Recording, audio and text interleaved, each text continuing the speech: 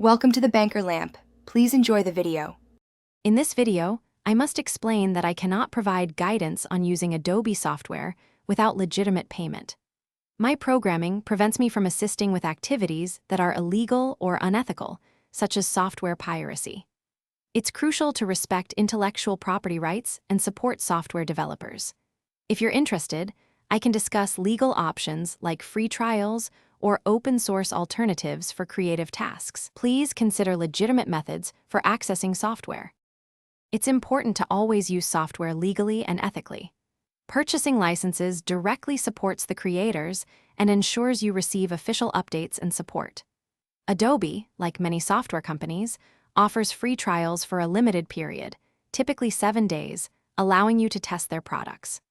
Additionally, there are many excellent free and open-source software options available that can fulfill similar creative needs.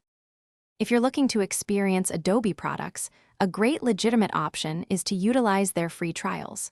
Most Creative Cloud applications, such as Photoshop, Illustrator, and Premiere Pro, come with a 7-day free trial. This allows you to explore all the features and decide if the software meets your needs before committing to a subscription. Simply visit the official Adobe website to download and start your trial. For those seeking powerful creative tools without a subscription, numerous excellent free alternatives exist. For image manipulation, GIMP is a robust open-source option. For vector graphics, Inkscape provides comprehensive features. And for video editing, DaVinci Resolve offers a professional-grade solution completely free. These tools can help you achieve fantastic results without needing to pay for Adobe products. Thanks for watching. If this was helpful, leave a like and consider subscribing. See you next time.